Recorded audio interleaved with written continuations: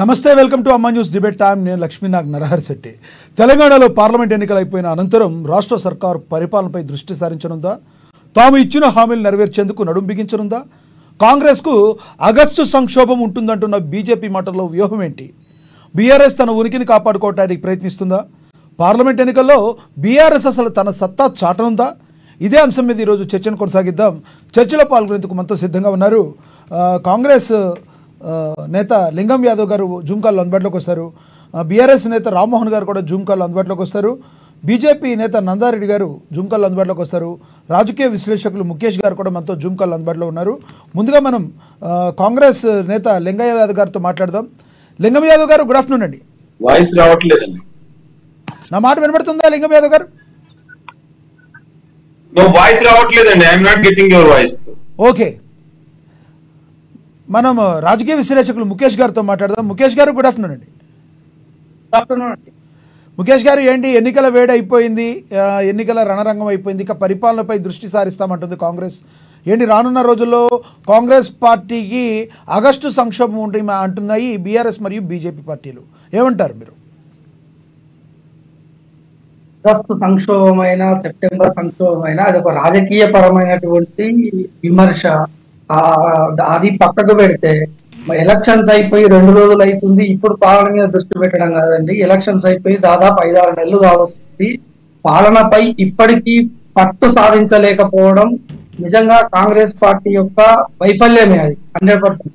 ఎందుకు అని అంటే వీళ్ళు ఇచ్చే హామీలు గాని, వీళ్ళు చేసినటువంటి ఊపదంపుడు ఉపన్యాసాలు గాని ప్రజలని కల్లిగొల్లి కథలు, లేనిపోని ఊహల్లో భ్రమింపజేసి అధికారంలోకి వచ్చిన తర్వాత కనీసం పాలనలో తనదైనటువంటి మార్పు రాకపోవడం కాకుండా అసలు పాలనే సాగలేదని నేను అంటున్నాను. ఎందుకు అని అంటే డిసెంబర్ నుంచి కంప్లీట్ ఎలక్షన్ ఎంపీ రేపు నిన్న బహుశా సమీక్షలో సిద్ధంగా ఉండండి అని చెప్పినట్టు నేను కొన్ని పేపర్లో చూసినాను.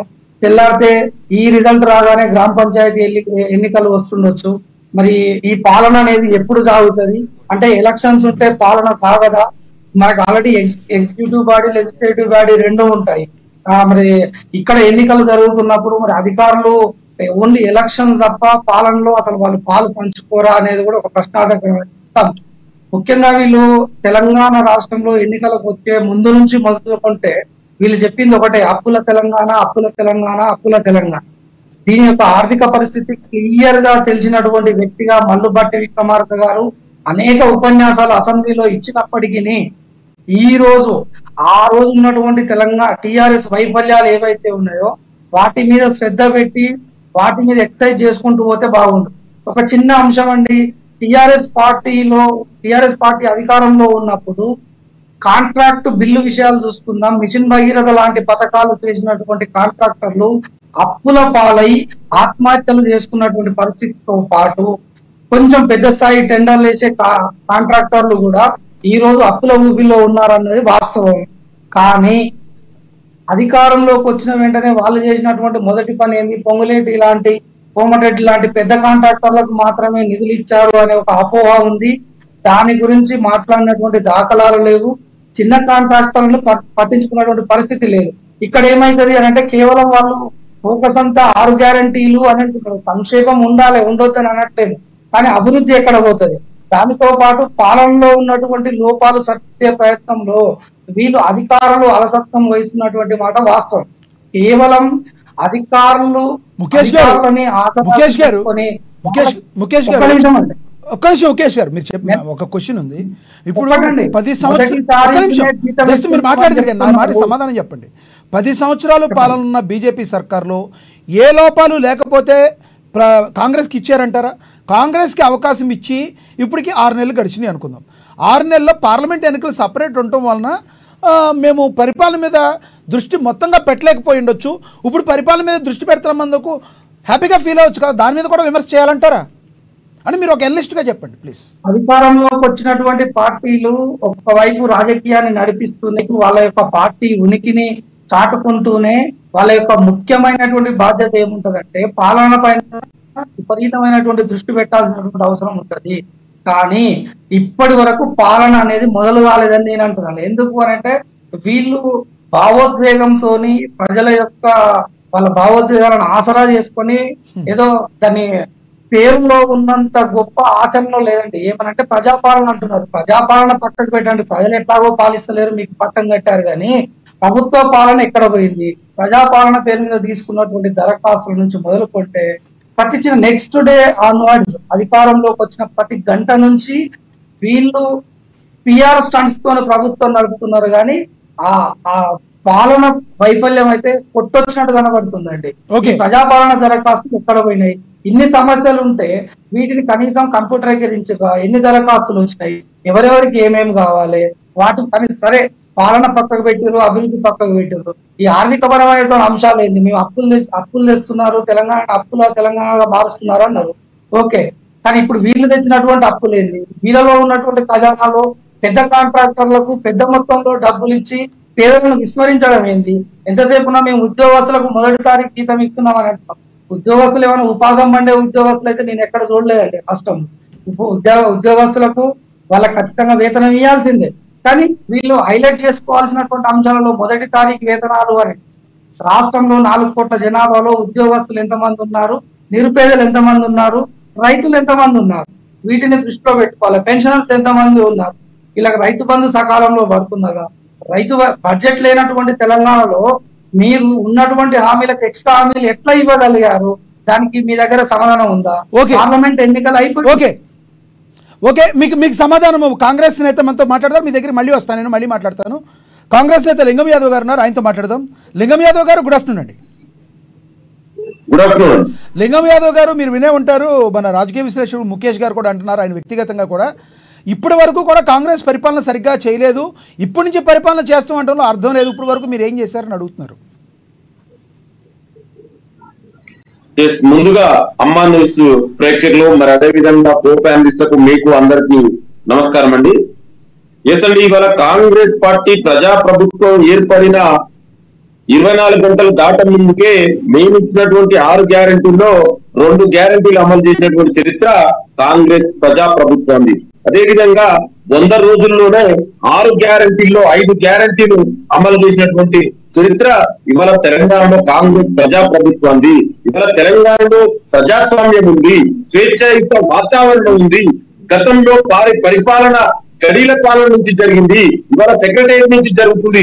ఇవాళ స్వేచ్ఛాయుతంగా ఇవాళ ఎవరైనా కూడా తెలంగాణలో ప్రజలు సబ్బండ వర్గాలు ఇవాళ ముఖ్యమంత్రిని మంత్రులు కలుసుకోవచ్చు నిర్భయంగా. ఇవాళ స్వేచ్ఛగా ఇవాళ ప్రతిపక్ష నాయకుడు స్వేచ్ఛగా ఇవాళ యాత్రలు చేస్తుందంటే గతంలో ఆ సిచ్యువేషన్ ఉండేదాన్ని మనకు. ఇవాళ ప్రతిపక్ష నాయకులకి ఇంటి మీదకి వెళ్ళి అర్ధరాత్రి దర్వాజాలు వడగొట్టి అరెస్ట్ చేసినటువంటి చరిత్ర గత పాలకులది.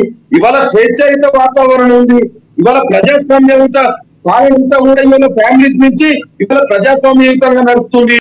ఇవాళ మేము అన్నట్టు ఇవాళ 6 గ్యారెంటీల్లో 5 గ్యారెంటీలు అమలు చేశాము. ఇంకొకటి ఉంది, రైతు రుణమాఫీ అనేది ఇవాళ ఎలక్షన్ కోడ్ ఉంది. సో దానివల్ల అది అమలు చేయలేకపోయిన ముఖ్యమంత్రి గారు చాలా స్పష్టంగా చెప్పారు. ఇవాళ ఆగస్టు లో ఆ రుణమాఫీ కూడా అమలు చేసి తీర్థమని. ఇవాళ మీరు అర్థం చేసుకోండి, మేము గతంలో 100 రోజుల పాలనకు మీరు పరిపాలించినటువంటి రాష్ట్రాన్ని పరిపాలించినటువంటి గతంలో కేసీఆర్ 10 సంవత్సరాల పాలనకు, అదే విధంగా కేంద్రంలో ఉన్నటువంటి బీజేపీ 10 సంవత్సరాల పాలనకు మీరు కంపేర్ చేయండి. మీరు ఆ విధంగా మాట్లాడాలి తప్ప ఇవాళ మోడల్ కోడ్ కండక్షన్ లో ఉన్న తర్వాత ఏ విధంగా మీరు ఎట్లా అమలు చేస్తారండి? మేమే చెప్తున్నాం కదా, మీరు ప్రతిపక్ష నాయకుడుగా ఒక ప్రతిపక్ష బాధ్యత ప్రభుత్వానికి సలహాలు సూచనలు ఇవ్వండి. రామ్మోహన్ గారు మీరు ప్రభుత్వం స్థాపించిన దగ్గర నుంచి డే 1 నుంచి ఒక నిమిషం లింగం యాదవ్ గారు మీరు ప్రభుత్వం స్థాపించిన దగ్గర డే 1 తర్వాత నుంచి కూడా మీ ప్రభుత్వం కూలిపోద్దన్నమాట బీఆర్ఎస్ నోటి నుంచి మనం విన్నమాట వాస్తవం. అయితే ఇప్పటి వరకు మీరు అభద్రతా భావంలో ఏమైనా ఉన్నారా?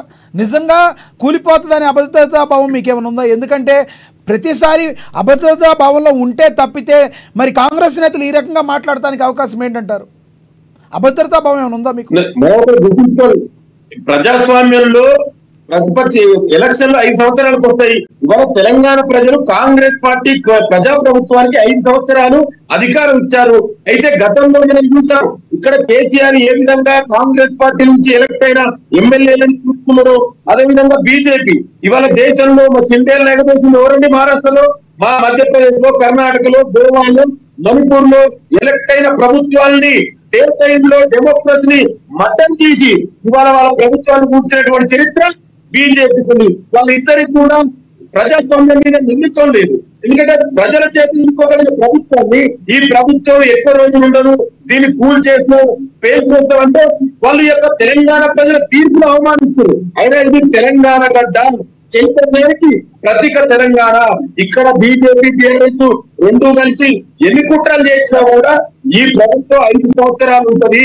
ఇవాళ ప్రజాస్వామ్యంలో ఇవాళ తెలంగాణ ప్రజల చేత ఎన్నుకోబడిన ప్రభుత్వాన్ని ఏ విధంగా మాట్లాడతారండి? ఇవాళ ముఖ్యమంత్రి, మంత్రులు అందరూ కూడా కలిసికట్టుగా సమిష్టిగా తెలంగాణని అభివృద్ధిని ఏ విధంగా ముందుకెళ్ళాలి, తెలంగాణ ప్రజల సంక్షేమాన్ని ఏ విధంగా తీసుకెళ్ళాలి, ఇవాళ దేశంలోనే తెలంగాణని ఒక నెంబర్ 1 స్థానానికి తీసుకెళ్లడం కోసం కృషి చేస్తుంటే వీళ్ళు ఈ విధంగా సలహాలు సూచనలు ఇవ్వాలి ఒక ప్రతిపక్ష నాయకులుగా. అది మర్చిపోయి ఈ ప్రభుత్వం చవాకులు వెళ్తే తెలంగాణ ప్రజలు మన అసెంబ్లీలో ఏ విధంగా తీర్పు చెప్పిందో ఇవాళ రాబోయే రోజుల్లో 100 మంది పార్లమెంట్ ఎలక్షన్ లో కూడా ఈ 2 పార్టీలు కలిసి చాలా కుట్రలు చేసినాయి. ఇవాళ వాళ్ళిద్దరూ ఒకటి కాదని మళ్ళీ చెప్పడానికి ప్రయత్నం చేసింది. కానీ అందరికీ తెలంగాణ ప్రజలందరికీ తెలుసు బీజేపీ టీఆర్ఎస్ రెండు ఒకటే. వాళ్ళిద్దరూ కలిసి గతంలోనే కేంద్రంలో నల్ల చట్టాలకు సపోర్ట్ చేసిన పార్టీ టీఆర్ఎస్ పార్టీ. రైతులకు ఇవాళ దేశవ్యాప్తంగా బీజేపీ పోరాడుతున్న ఏకైక కాంగ్రెస్ పార్టీ. మళ్ళా వాళ్ళకి వచ్చి ఇవాళ ఇట్లా అదే చెప్తున్నాండి, ప్రజాస్వామ్యం మీద ఎందుకంటే ఇవాళ జరుగుతుంది. గతంలో కొంచెం డిస్టర్బెన్స్ గా ఉంది, సిగ్నల్ సరిగ్గా ఉండట్లేదు. మీ దగ్గరికి నేను మళ్ళీ వస్తాను, మళ్ళీ మాట్లాడతాను మీతో. మనతోటి బీజేపీ నేత నందారెడ్డి గారు ఉన్నారు, ఆయనతో మాట్లాడదాం. నందారెడ్డి గారు గుడ్ ఆఫ్టర్నూన్ అండి. ఓకే, మనం బీఆర్ఎస్ నేత రామ్మోహన్ గారితో మాట్లాడదాం. రామ్మోహన్ గారు గుడ్ ఆఫ్టర్నూన్ అండి. రామ్మోహన్ గారు, ఇప్పటి నుంచి ప్రజాపాలన మీద మేము ప్రజల యొక్క పాలన మీద మేము దృష్టి సారిస్తామని సీఎం రేవంత్ రెడ్డి గారు చెప్పారు. ఇంకోటి, ఎన్నికల సమయం అయిపోయిన తర్వాత కాబట్టి దాన్ని ఏమీ నెగిటివ్గా తీసుకోవాల్సిన అవసరం లేదు. అంతకుముందు వాళ్ళు ప్రభుత్వం స్థాపించిన దగ్గర నుంచి కొన్ని తక్కువ డేస్లో వాళ్ళు చేయాల్సినవి వాళ్ళు చేశారు. ఇప్పుడు బీఆర్ఎస్ పార్టీ అసలు ఎన్ని సీట్లు సంపాదిస్తుందని మీరు అనుకుంటున్నారు ఈ ఎన్నికల్లో, పార్లమెంట్ ఎన్నికల్లో? తప్పకుండా అండి, రాష్ట్రంలో రేవంత్ రెడ్డి గారి మాటలు నమ్మి తెలంగాణ ప్రాంతంలో మోసపోయింది కళ్ళకు కనిపిస్తా ఉంది. ఎందుకంటే డిసెంబర్ 9వ తేదీన 2 లక్షల రుణమాఫీ చేస్తాన వ్యక్తి, మహిళలకు 2500 ఇస్తాన వ్యక్తి, సిలిండర్ 500 రూపాయలకి అందిస్తాన వ్యక్తి, పెళ్లి చేసుకుంటే 1 లక్ష రూపాయలు ఇచ్చి దాంతో పాటు తులం బంగారం ఇస్తాన వ్యక్తి, కరెంట్ ఇస్తాన వ్యక్తి, ఏమి కూడా ఇవ్వలేకపోతే కేవలం సోదరుడు చెప్తున్నాడు అన్ని హామీలు నెరవేర్చని చెప్తున్నాడు. సోదరుడు ఆలోచన చేయాలి ఏం హామీలు నెరవేర్చారో. కేవలం మహిళలకు బస్సు ప్రయాణం కల్పించి కొట్లాటలు పెట్టి అలా మగవాళ్ళకు సీటు కూర్చొని పరిస్థితి తీసుకొచ్చిండు రేవంత్ రెడ్డి గారు. దాన్ని ఏమో రక్షిస్తలేదు యావత్ తెలంగాణ ప్రాంతం. అబ్జెక్షన్ సార్, ఒక మాట రామ్మోహన్ గారు అబ్జెక్షన్ అండి. ఇప్పుడు వరకేమో మీరు పథకాలు ఏమీ చేయలేదన్నారు, వాళ్ళు మేము మహిళలకు కల్పిస్తామని చెప్పారు, కల్పిస్తే పురుషులకు ఒక సీట్ లేకుండా చేశారని ఎలా మాట్లాడతారు సార్? అంటే కేవలం పథకాలు నేను చెప్తున్నానంటే వారు ఏమన్నారు, అన్ని పథకాలు అమలు చేసిండ్రు అని చెప్పారు. వారు కేవలం చేసింది మహిళలకు ఉచిత బస్సు ప్రయాణం మాత్రమే. దాంట్లో కూడా పురుషులకు వాళ్ళకి పంచాయతీ పెట్టి తెలంగాణ ప్రాంతాన్ని అల్లకల్లోలం చేసిన వ్యక్తి రేవంత్ రెడ్డి గారు. మరి ఇక్కడ ఇచ్చిన రైతులకు ఏది కరెంట్ ఏది? ఏదైతే ఎకరాకు 15 ఇస్తా అవి ఎక్కడ పోయినాయి? వరికి ఈ రోజు చూడండి రైతులు కొట్లాడుతా ఉన్నారు. వరికి 500 రూపాయలు ఇస్తా, బోనస్ ఇస్తా అనే వ్యక్తి కేవలం ఈ రోజు రాత్రి ఏం మాట్లాడు ప్రెస్ మీడియా పరంగా కేవలం సన్న ఓట్లకు మాత్రం 500 రూపాయలు ఇస్తా అని మాట్లాడుతున్నాడు. దీనిపైన జవాబు చెప్పాలి ఫస్ట్ కాంగ్రెస్ ప్రభుత్వం గాని నాయకులు గాని. ఈ బోనస్ ఈ రోజు తెలంగాణ ప్రాంతం అంతా దొడ్డు ఓట్లు ఎక్కువ పండించే రైతులు ఉన్నారు, వారిని పక్కకు పెట్టి కేవలం సన్న ఓట్లకు మాత్రం 500 రూపాయలు ఇస్తా అని చెప్పిన వ్యక్తి రేవంత్ రెడ్డి గారు. ఏం మాట మారడం? ఎన్నికల ముందు చెప్పాను ఈ మాట, నేను కేవలం సన్న ఓట్లు పండిస్తే 500 రూపాయలు ఇస్తా, మిగతా పంటలకు దేని కూడా ఇవ్వాలని చెప్పిన వ్యక్తి, అన్ని పంటలకు 500 రూపాయలు బోనస్ ఇస్తానని చెప్పిన వ్యక్తి ఇలా మాట మార్చిండు. మళ్ళీ ఏమంటుడు, ఆగస్టు లోపల నేను 2 లక్షల రుణమాఫీ చేస్తా అంటుడు. ఎందుకు అంటే ఎంపీ ఎలక్షన్ అయిపోయింది, రేపు రాబోయే స్థానిక సంస్థల ఎన్నికలు కూడా అయిపోవాలి, ప్రజల చేతుల్లో మట్టి పెట్టాలనే ఉద్దేశంతో రేవంత్ రెడ్డి గారు ఉన్నారు. అంతకంటే కల్పిస్తా ఉంది. కేవలం కేంద్రమును దృష్టిలో పెట్టుకొని అధిష్టానానికి ఒత్తాసు పలుకుతూ ఏదో చేయాలనే ఉద్దేశంతో వారు ఒక దృష్టిలో పడాలని ప్రయత్నం చేసి తప్పితే తెలంగాణ ప్రాంతంలో ఈ రోజు 100 రోజుల తర్వాత ఏమైంది, ఎలక్షన్ తర్వాత ఇప్పుడు పరిపాలన. మరి ఇది 3 నెలలు ఏం చేసి 100 రోజులు ఏం చేసి పరిపాలన కొనసాగించలేదా? అంటే కేవలం ప్రజలకు కలబొలి మాట అని చెప్పి ఎంపీ ఎలక్షన్ లో ఓట్లు వేసుకోవాలనే విధంగా ప్రయత్నం చేసి తప్పితే పరిపాలన కొనసాగించే శూన్యం. ఎందుకంటే వారికి అవగాహన లేదు, మేనేజ్మెంట్ సిస్టమ్ లేదు. క్వశ్చన్ అడుగుతున్నారు, వరికి ఒడ్లకు సమాధానం చెప్పాలి. ఒక్క నిమిషం, లింగం యాదవ్ గారు క్వశ్చన్ అడగండి సార్. మీరు చెప్పండి. లింగం యాదవ్ గారు క్వశ్చన్ గారు మాట్లాడుతూ మేము అదే చాలా స్పష్టంగా చెప్తున్నామండి. 6 గ్యారంటీల్లో 5 గ్యారంటీలు అమలు చేశాము. ఇవాళ మహిళలకు 5 గ్యారంటీలు అమలు చేశారండి. 5 గ్యారంటీలు ఎక్కడ అమలు కాలేదు. తులంబ గారు నువ్వు ఏం చేసినావు? కళ్యాణ లక్ష్మి ఇచ్చినావు, 1,16,000, 1,01,16 రూపాయలు ఇచ్చినావు. కళ్యాణ లక్ష్మి షాదీ ముబారక్ పేరు మీద ఆ తెలుగింటి ఆడబిడ్డలు రామ్మోహన్ గారు టైంలో మాట్లాడుతున్నారు, ఆయన మాట్లాడిద్దాం. రామ్మోహన్ గారు కంటిన్యూ ప్లీజ్. రామ్మోహన్ గారు కంటిన్యూ ప్లీజ్. ఓకే, ఇప్పుడు ఎప్పుడైతే 1,00,000 రూపాయలు కళ్యాణ లక్ష్మి ఇస్తా అని చెప్పిన వ్యక్తి కేసీఆర్ గారు అదంతా చేసిండు. రైతు వినండి, రైతు బంధు 10,000 ఇస్తా అనే వ్యక్తి కేసీఆర్ గారు అదే అమలు చేసిండ్రు. రైతు రుణమాఫీ చేస్తారు, అమలు చేసిండ్రు. ఇవన్నీ చేసిన తర్వాత పెన్షన్ అమలు చేసిండ్రు. రేవంత్ రెడ్డి గారు ఆ రోజు చెప్పిండు. రామ్మోహన్ గారు ఒక డౌట్, చెప్పినట్టు అన్ని అమలు చేస్తే ప్రజలు ఎందుకు కేసీఆర్ గారిని ఎన్నుకోలేదండి? ఇక్కడే మోసపోయారు తెలంగాణ ప్రజలు. ఏదైతే రేవంత్ రెడ్డి గారు ఏం చెప్పారు, 10,000 రూపాయలు 15,000 చేస్తా, 2,000 పెన్షన్ 4,000 చేస్తా, 1,000 రూపాయల సిలిండర్ 500కి ఇస్తా అని అలవిగానే హామీలు ఇచ్చి ప్రజలను మభ్యపెట్టి తెలంగాణ ప్రజలను మోసం చేసి మరి కేసీఆర్ గారు కూడా ఒక దళితుడిని ముఖ్యమంత్రి చేస్తా, అందరికీ దళిత బంధు ఇస్తా, రైతు బంధు ఇస్తా అని చెప్పారు. అన్ని ఇచ్చేసారా? దళితులు ముఖ్యమంత్రి చేస్తా అంటే మొట్టమొదటిసారి ఎన్నికలు గెలిచిన తర్వాత శాసనసభ్యులందరూ తెలంగాణ ప్రజలందరూ మీరే ముఖ్యమంత్రి కావాలని మొట్టమొదటిసారి ముఖ్యమంత్రి చేసిరు.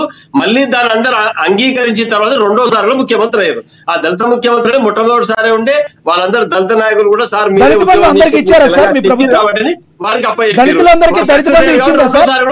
మళ్ళీ ముఖ్యమంత్రి అయ్యారు కదా.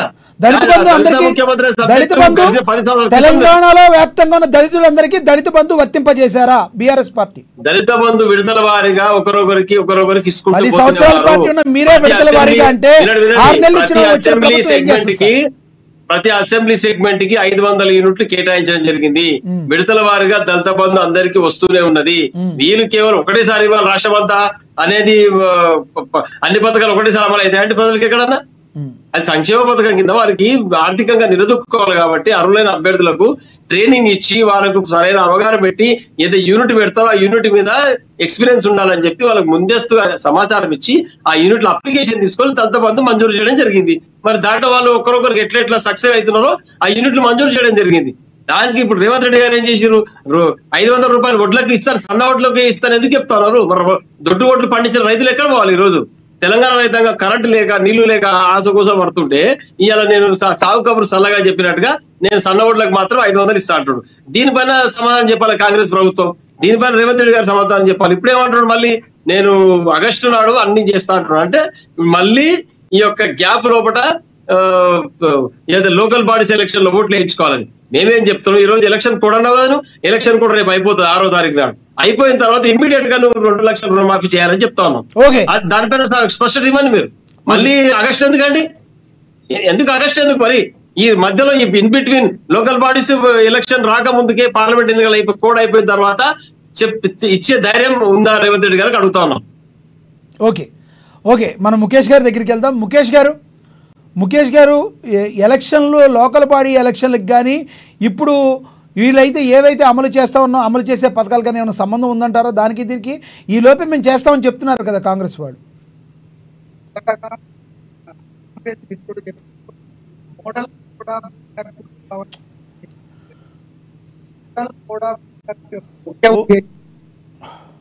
ఓకే ముఖేష్ గారు వినబడుతుందా అండి? అప్పుడు చెప్పండి please. Model code of conduct యొక్క ముఖ్య ఉద్దేశం ఏంటంటే ఆ ఎన్నికల ప్రవర్తన నియమాల ప్రకారం కొత్త పథకాలు ఏమన్నా ఉంటే వాటిని స్టార్ట్ చేయొద్దు, ఆల్రెడీ స్టార్ట్ అయి ఉన్నటువంటి పథకాలని ఇంప్లిమెంటేషన్ చేయొచ్చు. అదొకటి. మిత్రుడు బిఆర్ఎస్ మిత్రుడు చెప్పినట్టు ఆ అన్న ప్రశ్నలోనే సమాధానం, ప్రశ్న చెప్పిండు ఆయనే, సమాధానం ఆయనే చెప్పాడు. ఇది దళిత బంధు విషయానికి వచ్చేస్తే ఏ విధంగా దఫాల వారీగా చెప్తున్నారో దాని ప్రకారమే 6 గ్యారంటీలైనా 5 గ్యారంటీలైనా ఉరుకురుకులాడి చేయాల్సినటువంటి అవసరం ఏమీ లేదు. రాష్ట్రంలో ఉన్నటువంటి ఆర్థిక పరిస్థితి పూర్తిగా కాంగ్రెస్ లో అధికారంలో ఉన్నటువంటి ముఖ్యమంత్రికి తెలుసు, ఉప ముఖ్యమంత్రి గారికి ఇంకా ఎక్కువ తెలుసు. ఎందుకంటే ముఖ్యమంత్రి గారి కంటే ఎక్స్పీరియన్స్ లేదు పాలనలో. ఎంతసేపు ఆయన ఒకసారి ఎమ్మెల్సీనో ఎమ్మెల్యేనో చేసి ఆ తర్వాత ఎంపీగా చేసి ఆ పాలన మీద సరైనటువంటి అవగాహన లేదు. అది 100% తెలుస్తా ఉన్నది ఆల్రెడీ 6 నెలల కాలంలో. అయితే ఇక్కడ ముఖ్యమైనటువంటి విషయం ఏంటి అంటే రాబోయే కాలంలో ముందస్తుగా వీళ్ళు తీసుకునేటువంటి కొన్ని ఫ్రేమ్ వర్క్స్ ఉంటాయండి. ఎడ్యుకేషన్ పాలసీ మీద ఫీజు రెగ్యులారిటీకి సంబంధించి వీళ్ళు తీసుకున్నటువంటి నిర్ణయాలు ఏంటి? రేపు జూన్ లో స్కూల్స్ స్టార్ట్ అవుతున్నాయి, లక్షల కొద్ది ఫీజులు ప్రైవేట్ స్కూల్స్ వసూలు చేస్తున్నాయి. వీటి మీద వీళ్ళ పాలసీ ఏంటి? గత 10 సంవత్సరాలుగా బహుశా 10 ఏళ్ళు ఇదే కాంగ్రెస్ పార్టీకి సంబంధించిన అధికార ప్రతినిధులు కావచ్చు, ఇదే ముఖ్యమంత్రి కావచ్చు మొత్తుకున్నారు మీడియా ముఖం. ఇప్పుడు వీళ్ళు అధికారంలోకి వచ్చారు, దీనికి మోడల్ కోడ్ ఆఫ్ కండక్ట్ అవసరం లేదు, ఇది వీళ్ళ చిత్తశుద్ధి మీద ఆధారపడి ఉంది. ఈ ప్రైవేట్ స్కూళ్ళ యొక్క దారుణాలను దాష్టికాలను వీళ్ళు ఏ విధంగా అరికట్టబోతున్నారు అనే దాని మీద ఫ్రేమ్ వర్క్ చేయడానికి ఎలక్షన్ కి అసలు సంబంధం లేదు, నిధులతో అవసరమే లేదు. వీళ్ళ యొక్క హెల్త్ పాలసీ ఏ విధంగా ఉండబోతుంది? ముఖేష్ గారు ఇక్కడ ఒక డౌట్ ఉంది. అవసరం లేదండి, చిన్న సమీక్ష. ముఖేష్ గారు, గత ప్రభుత్వం ఈ స్కూల్స్ మీద ఉక్కుపాదం ఏమన్నా మోపిందా? స్కూల్స్, ప్రైవేట్ స్కూల్స్ మీద, లేదంటే ప్రైవేట్ స్కూల్ యొక్క తాకిడిని పెంచి పోషించింది అంటారా? మీరేమంటారు దానికి? పెంచి పోషించింది కాబట్టే వాళ్ళు ఫెయిల్యూర్ అయ్యారు కాబట్టే ప్రభుత్వం వీళ్ళకు ప్రజలు అప్పచెప్పినారు. ప్రైవేట్ స్కూల్లో చిన్న స్కూళ్ళల్లో చేరాల్సినటువంటి వాళ్ళు ఎవరైతే ఉన్నారో అంత మధ్య తరగతి వాళ్ళే, వాళ్ళంతా కాంగ్రెస్ పార్టీకే వేసిదే అనుకుందాం. ఈ రోజు ఇవన్నీ తవ్వుకుంటూ కూర్చున్నాం అనుకో రోజొకటి, ఈ పాలన గాడి తప్పిపోతుంది. మీ యొక్క ఏదైనా తెలంగాణ మీద ఈ హెల్త్ పాలసీ ఎట్లా ఉంది, ఎడ్యుకేషన్ పాలసీ ఎట్లా ఉంది అనే దానికి అధికారులను కూర్చోబెట్టి మాట్లాడడానికి, ఒక ఫ్రేమ్ వర్క్ చేయడానికి నిధులతోని పని లేదు, ముఖ్యంగా ఎన్నికల కోడ్తోని పని లేదు, ఎన్నికలతోని అవసరం లేదు. ఇది సామాన్య ప్రజలకు కావాల్సినటువంటి కనీస అవసరాలు. ఇవన్నిటిని పక్కకు పెడితే తెలంగాణ అభివృద్ధి విషయంలో వీళ్ళకు ఉన్నటువంటి ప్రత్యేకమైనటువంటి ఏమైనా విజన్ ఉందా? అపార్ట్ ఫ్రమ్ తెలంగాణ పాత టిఆర్ఎస్ గవర్నమెంట్ తోని పోల్చుకుంటే దాని మీద వీళ్ళకి విజన్ లేదు. ఎప్పుడు మాట్లాడినా 5 పథకాలు 6 పథకాలు ఇచ్చినవి, వీళ్ళు ఇది చేసిరా అని వీళ్ళనడు, మేము ఇన్ని చేసినామని వీళ్ళనడు, ఈ బ్లా బ్లా బ్లా ఏంది అంటే ఒక టైం పాస్ ముచ్చట్లాగా పోతున్నారు. దీన్ని ఖచ్చితంగా దృష్టిలో పెట్టుకోవాలి. మీకు ఒక చిన్న ఎగ్జాంపుల్ చెప్తాండి. పాలన లేదు తెలంగాణ రావడానికి చిన్న ఎగ్జాంపుల్. తడిసి వర్షాలు ఒక 3 కిలోమీటర్ల మేర కొట్టుకొని పోతే సాక్షాత్తు ప్రభుత్వం యొక్క పెద్దలు రేవంత్ రెడ్డి గారు చెప్తే కూడా అధికారులు అలసత్వం వహించినారు. వీళ్ళ మీద అధికారులు ఉద్యోగస్తుల యొక్క ఉదాసీనత మీద బతకాల్సినటువంటి అవసరం ప్రభుత్వానికి ఏముంది? ఎప్పుడు చెప్పినా వీళ్ళు ఎక్కువ స్ట్రెస్ చేసేటటువంటి అంశం ఏంటి అంటే ఉద్యోగులకు 1వ తారీఖు జీతం ఇస్తున్నాం, 1వ తారీఖు జీతం ఇస్తున్నాం. మీరు ఇంతకుముందు అడిగినట్టు ఎంతమంది ఉద్యోగులు ఉంటారండి 4 కోట్లలో? వాళ్ళ కోసం ప్రభుత్వం ఏర్పరచుకున్నారా? సామాన్య ప్రజల కోసమా? బీపీఎల్ ఫ్యామిలీస్ కోసమా? రైతుల కోసమా? మీ 6 గ్యారంటీలు తొందర లేదు, మీరు ప్రశాంతంగా 5 సంవత్సరాలు ఉండాల్సిందే, పబ్లిక్ ఉండాలని కోరుకుంటున్నారు. మీ రాజకీయాలు, మీ సీట్ చర్చలు ఇవన్నీ ఇక్కడ వద్దు. ప్రజలకు మీరేం చేయబోతున్నారు? ప్రశాంతంగా సంవత్సరానికి ఒక గ్యారంటీ అమలు చేయండి, తొందర ఏం లేదు. 100 రోజుల్లో చేసినాం, వచ్చిన తెల్లారే 2 గ్యారంటీలు అమలు చేసినాం, ఇవన్నీ వద్దు మాకు. నిమ్మలంగా చేసుకుంటా పోతే పాటు ఈ ప్రైవేట్ స్కూళ్ళలో, ప్రైవేట్ కళాశాలల్లో మీరు తీసుకున్నటువంటి నిర్ణయాలు ఇప్పుడు ఇమ్మీడియట్ చేయాల్సినటువంటి యాక్షన్ అది. హెల్త్, రేపు వర్షాలు వస్తాయి, రేపు బీమారీలు వస్తాయి జనాలకు, మీరు ఏం చేయబోతున్నారు? అదే కరోనా మీరు ప్రభుత్వ ప్రైవేట్ హాస్పిటల్ అన్ని ఈ విధంగా ఉంటే వీళ్ళకి మొత్తం పార్ట్నర్షిప్ ఉంది బీఆర్ఎస్ వాళ్ళకు, బీజేపీ వాళ్ళకు అని చెప్పి మొత్తుకున్నారు. రామ్మోహన్ గారు ఏదో క్వశ్చన్ అడుగుతున్నారు. రామ్మోహన్ గారు ఏంటి అడుగుతున్నారు? క్వశ్చన్ చెప్పండి, ఒక్క నిమిషం సార్. రామ్మోహన్ గారు ఏంటి క్వశ్చన్ అడుగుతున్నారు? పెద్దలు ఏమంటున్నారు? గ్యారంటీలు 5 ఏళ్ల వరకు నిదానంగా అమలు చేయొచ్చు అంటే రేపు ఇంకో పార్టీ కూడా వస్తుంది, ఏదో చెప్తుంది అంటే ఇంటికి 10 కోట్ల రూపాయలు ఇస్తామండి అని చెప్పేసి అధికారానికి వచ్చిన తర్వాత నిమ్మకు నీరెత్తుడు కూర్చుంటే బాగుంటుంది అండి. ఆయన ప్రభుత్వం మీద ముఖేష్ గారు కూడా అదే చెప్తున్నారు. రామ్మోహన్ గారు, ముఖేష్ గారు కూడా అదే చెప్తున్నారు.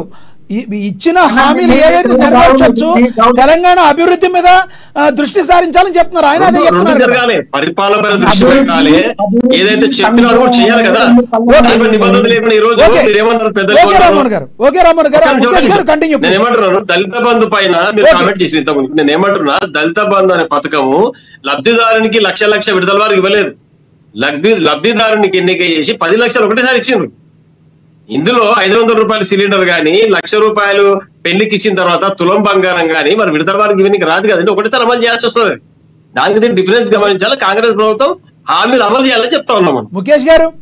ముఖేష్ గారు మీరు ఆ రకంగా మాట్లాడితే పాపం బీఆర్ఎస్ వాళ్ళకి బాధ కలుగుతుంది.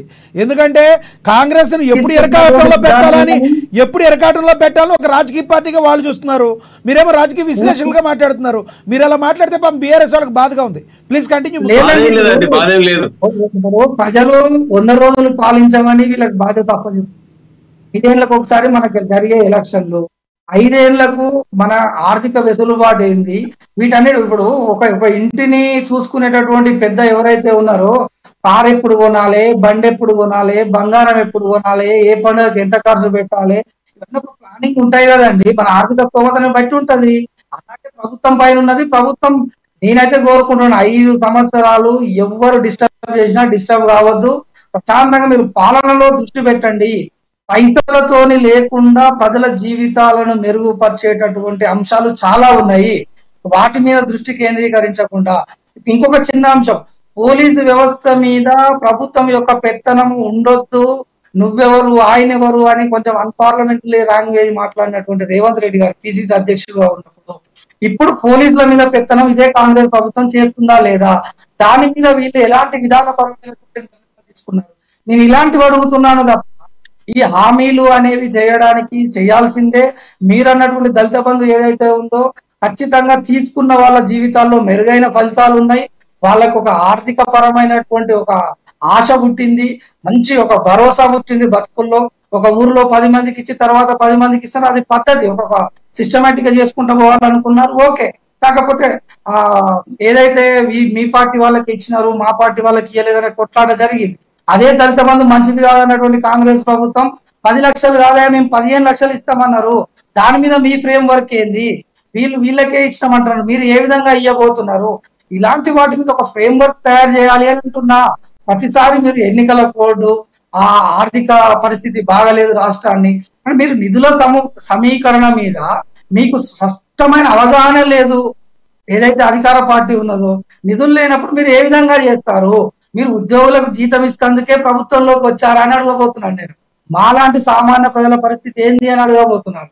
ఇలాంటి పనులు చాలా ఉంటాయి అనే ఉద్దేశంలో నేను 6 గ్యారెంటీల మీద ఇప్పుడే వద్దని చెప్పాను తప్ప అవి చెయ్యొద్దు, అవసరం లేదు అని చెప్పట్లేదు. ప్రజలు ఆల్రెడీ గమనిస్తా ఉన్నారు.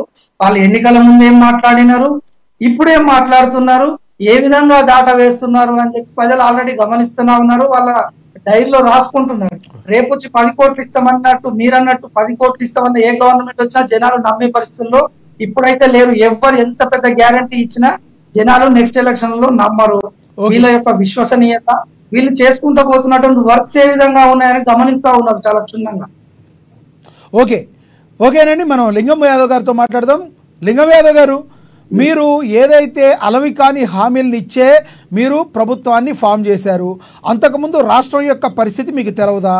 రాష్ట్రంలో ఏ రకంగా ఉందో పరిస్థితి తెలిసినప్పుడు మరి ఇంత లేట్ ఎందుకు చేశారని అడుగుతున్నారు బీఆర్ఎస్ నేత. అదేవిధంగా ముఖేష్ గారు, రాజకీయ విశ్లేషకులు కూడా మీరు దాటవేసే ధోరణిని అవలంబిస్తున్నారు తప్ప గత ప్రభుత్వంలో ఏ పొరపాట్లు చేసినా మీరు అదే పొరపాట్లు చేస్తుంది.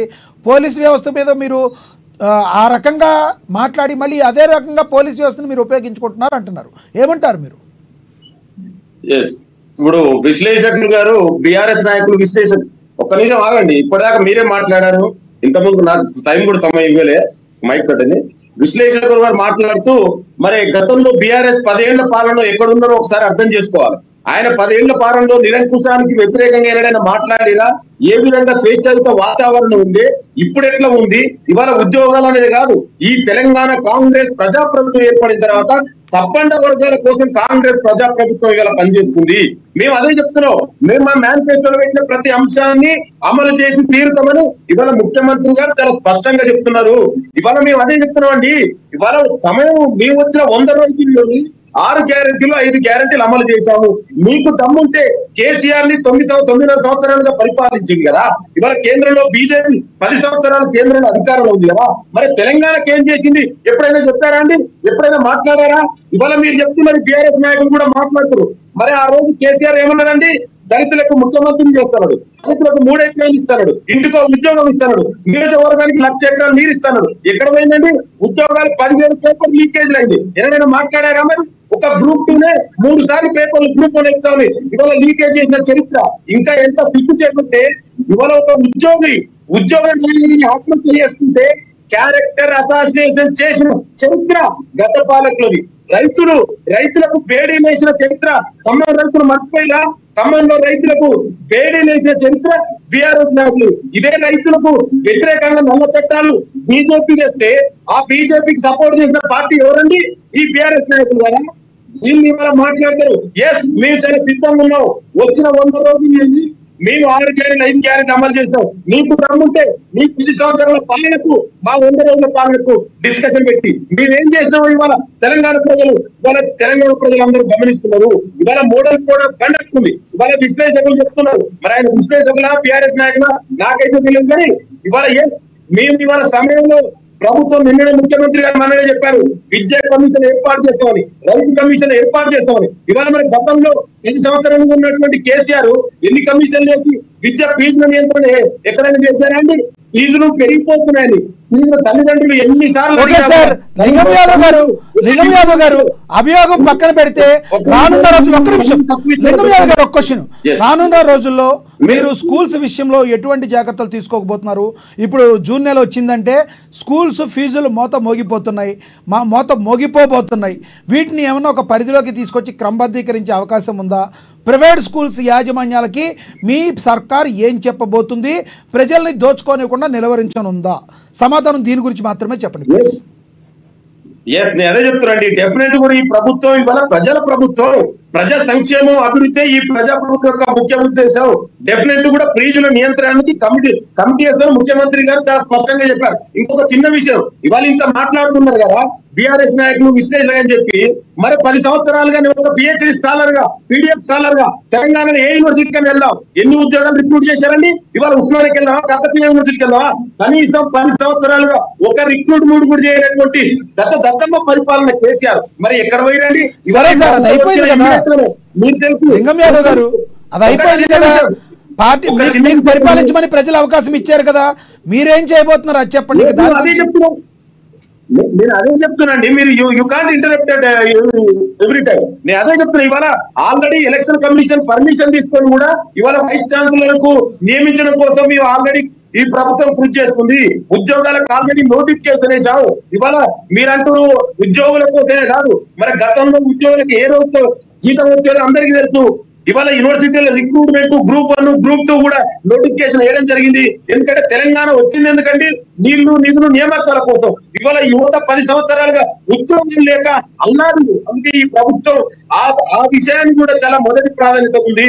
ఇవాళ అదేవిధంగా తెలంగాణకు రావాల్సిన పెట్టుబడులను కూడా తీసుకొచ్చి తెలంగాణ అభివృద్ధి సంక్షేమం కోసం కృషి చేస్తున్న ప్రభుత్వం కాంగ్రెస్ ప్రజా ప్రభుత్వం. మీకు దమ్ముంటే సలహాలు సూచనలు ఇవ్వండి ఒక ప్రతిపక్ష నాయకుడుగా, అంతే తప్ప వేదికలో మాట్లాడితే అరే మీ 10 ఏళ్ళుగా మీరు అదే చెప్తున్నా. చాలా సింపుల్ గా మీరు 10 సంవత్సరాలుగా ఏం చేసిరో చెప్తారా? మేము 100 సంవత్సరాలు ఏంటి 100 రోజుల్లోనే మేము ఇది చేసినాం. ఇంత చాలా స్పష్టంగా ప్రజలకు చెప్తున్నాం. ఇవాళ ప్రజలు అందుకే మీ ఇద్దరు ఎన్ని చేసినా కూడా కేంద్రంలో మేము వచ్చిన ఇమ్మీడియట్ గా కేంద్ర ప్రధానమంత్రులు మంత్రులు కలిసి తెలంగాణకు రావాల్సిన నిధుల గురించి కూడా కొట్లాడుతున్నాం.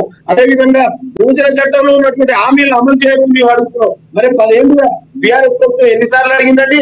కొడుకులు ముఖ్యమంత్రి చేయడానికి వెళ్ళి ప్రధానమంత్రిని కలిసింది. కానీ మరి తెలంగాణకు రావాల్సిన విభజన చట్టంలో ఉన్నటువంటి హామీలని ఎందుకు మీరు మాట్లాడిందండి? ఎవరైనా ఎందుకు అడగలేదండి? అంటే వీళ్ళిద్దరూ ఒకటే. వీళ్ళు ఇవాళ కాంగ్రెస్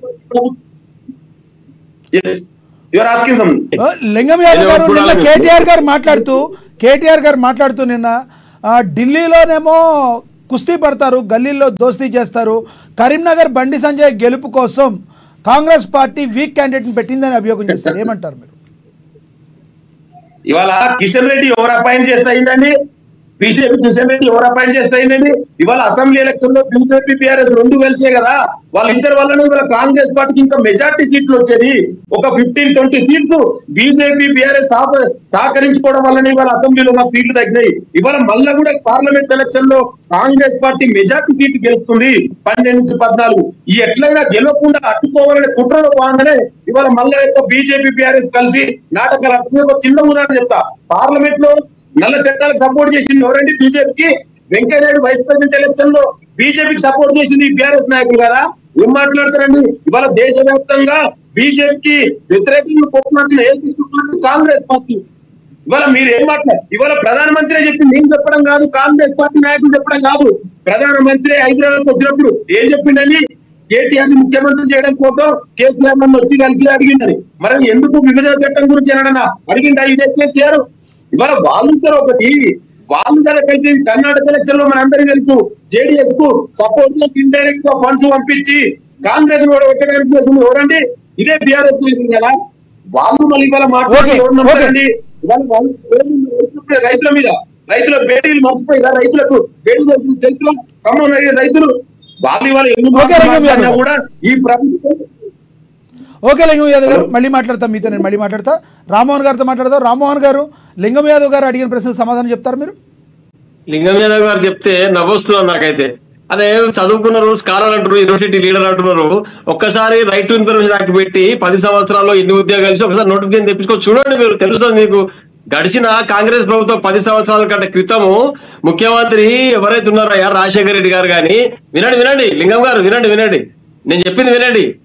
రాజశేఖర రెడ్డి గారు కానీ, తర్వాత వచ్చిన కిరణ్ కుమార్ రెడ్డి గారు కానీ అసెంబ్లీ సాక్షిగా తెలంగాణకు ఒక్క పైసా ఇవ్వము, ఏం చేస్తారో చేసుకోకపోవడం అనే వ్యక్తులు కాంగ్రెస్ పార్టీ చరిత్ర.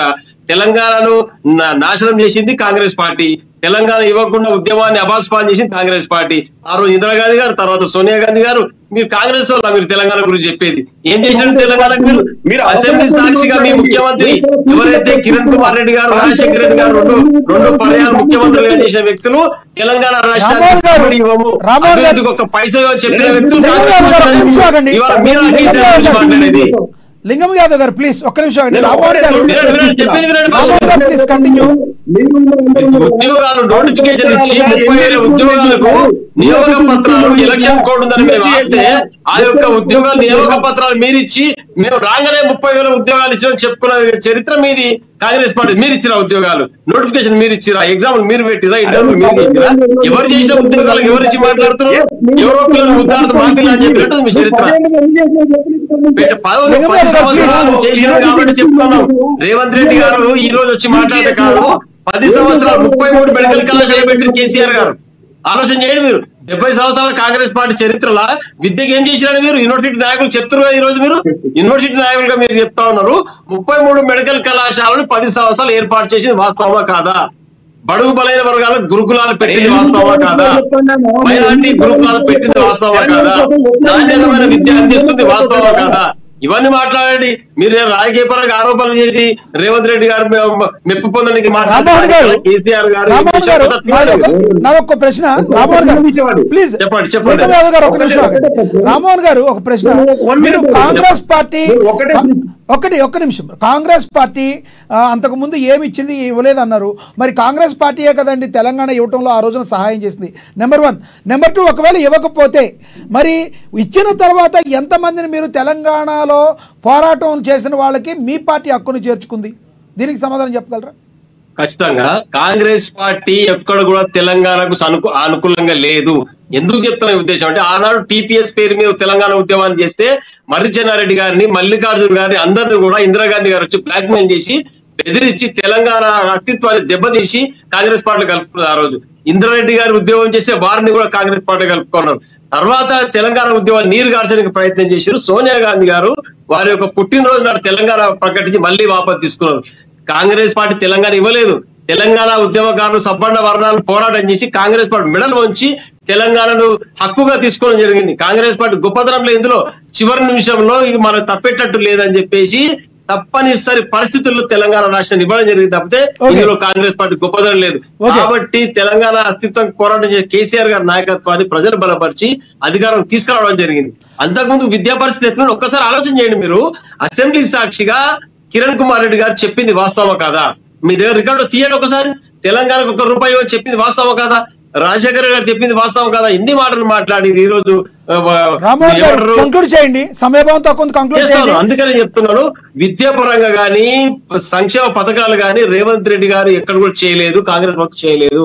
కేవలం ముఖ్యమంత్రి ఎవరైతే కేసీఆర్ గారు పనిచేసిన 10 సంవత్సరాలు అట్టడుగున్న స్థాయి వ్యక్తికి తెలంగాణలో అన్యాయం జరిగింది కాబట్టి ఆంధ్ర వలస పాలన లోపల మన యొక్క స్వపరిపాలన లోపల సంక్షేమ పథకాలు బడుగు బలహీన వర్గాలకు అందించాల లక్ష్యంతో ఈ యొక్క సంక్షేమ పథకాలు ప్రవేశపెట్టి అద్భుతమైనటువంటి రైతు బీమా ఎక్కడ కూడా లేదు దేశంలో. రైతు చనిపోతే ఆ కుటుంబ పెద్ద చనిపోతే రైతుల పరిస్థితి ఎంత దయనీయంగా ఉండేది. కేవలం వారి యొక్క దాన సంస్కారాలు చేసే కార్యక్రమం డబ్బులు కూడా లేదు కుటుంబాలు ఈరోజు తెలంగాణ ఉంటే. రైతు ఇలాంటి ఇబ్బంది